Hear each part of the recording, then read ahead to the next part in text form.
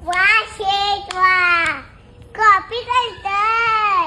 आजकाल काकीला नाव सांगणारच.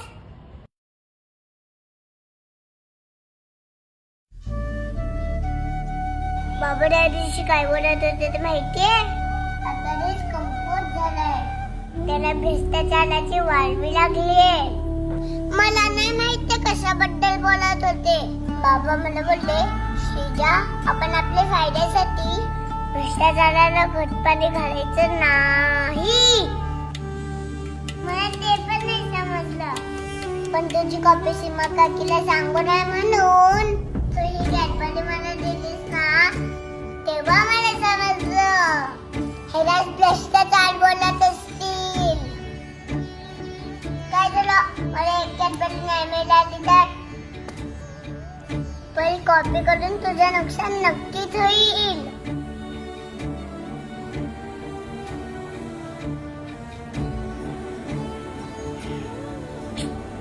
काय करते?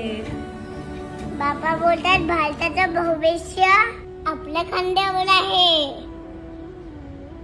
म्हणून खांदे बलवान करते.